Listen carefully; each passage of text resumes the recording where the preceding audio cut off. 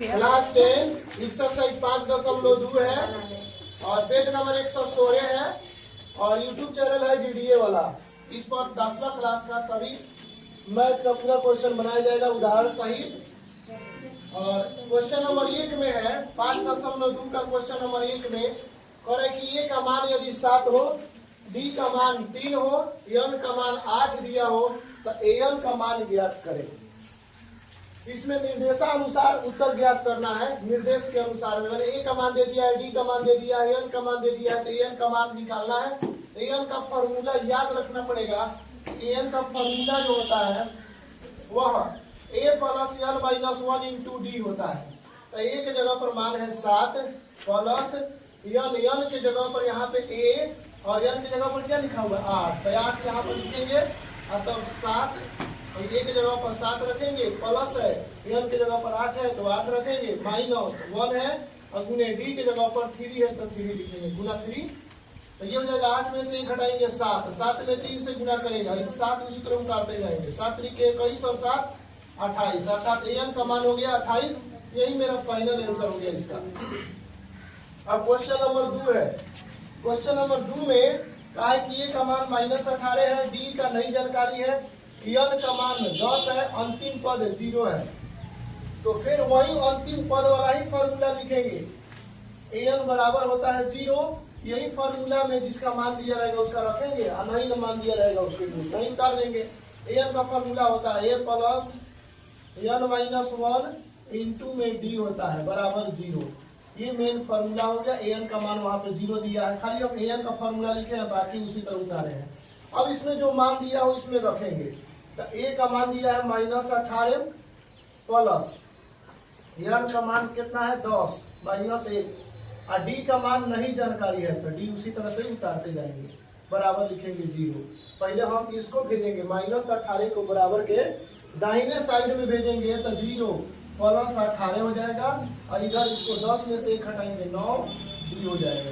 और 0 और 18 जोड़ेंगे तो 18 होगा और 9 से डी में गुना है तो इधर आएगा तो भागा हो जाएगा, 9 गुना 18 तो डी का मान आ गया आंसर 2 आ गया। यही मेरा फाइनल आंसर हुआ है और डी का मान 2 हो गया। अब क्वेश्चन नंबर 3 में देखते हैं। 3 में ए का मान नहीं जानकारी है, डी का मान -3 है, एन का मान 18 है, एन का मान -5 है। ये अधिकतर सवाल मैट्रिक बोर्ड में 2 नंबर का देता है बिहार बोर्ड में। तो इसीलिए क्वेश्चन हो जाएगा यहाँ पर एन का ही फॉर्मूला लिखेंगे। एन बराबर है कितना -5, इसका फॉर्मूला लिखेंगे a plus n minus 1 into d और बराबर में -5 है तो इसी तरह से उतार देंगे। केवल इसका फॉर्मूला हम लोग लिखेंगे। यहाँ पे ए का मान जानकारी नहीं है तो ए लिखेंगे, एन का मान कितना है 18 लिखेंगे, -1 है तो 1 लिखेंगे और डी के जगह पर कितना मान है जी देखिए तो -3 है तो यहाँ पर -3 लिखेंगे, बराबर में -5 लिखेंगे। अब ए लिखेंगे और इसमें घटाएंगे, पहले 18 में से 1 घटाएंगे 17 और गुना -3 बराबर -5। अब हम लिख सकते हैं प्लस माइनस में जब गुना होता है तो माइनस होता है, प्लस माइनस में गुना होगा तो माइनस 17 किया कितना होगा 51 बराबर -5 और -51 जो है उधर जाएगा तो कितना होगा +51 हो जाएगा। प्लस माइनस घटता है बड़ा वाला साइन उतरता है तो माइनस प्लस घटता है बड़ा वाला साइन उतरेगा, प्लस में बड़ा वाला साइन। तो 11 में से 5 घटाएंगे 6, यहाँ पे बचा है 4 तो ए का मान आ गया 46। यही मेरा फाइनल आंसर दिया है। अब हो गया 3 नंबर। अब 4 नंबर देखते हैं। 4 नंबर में क्वेश्चन दिया है, ए नंबर में 18 दिया है, ए का मान प्रथम पद का मान -18.9 है और डी का मान 2.5 है, का मान नहीं मालूम है निकालना है और एन का मान 306 बार ये 18.9 है। अब एन का ही फॉर्मूला लिखेंगे फिर से। एन बराबर लिखेंगे 3.6 और एन के जगह पर फॉर्मूला लिखेंगे a plus n minus 1 into d बराबर 3.6। अब ए का जगह पर मान कितना है जी -18.9 और प्लस एन का मान नहीं मालूम है, एन का तो मान जानकारी नहीं है तो उसमें ही लिखेंगे एन -1 और डी के जगह पर मान कितना है 2.5 बराबर कितना है 3.6 यही सब मान दिया हुआ है। तो ये -28.9 है, जब बराबर के उधर भेजेंगे तब कुछ इस प्रकार लिख सकते हैं n-1 और गुना में अभी लिखे रहेंगे 2.5 और 3.6 और माइनस वाला इधर जाएगा तो हो जाएगा प्लस में 18.9।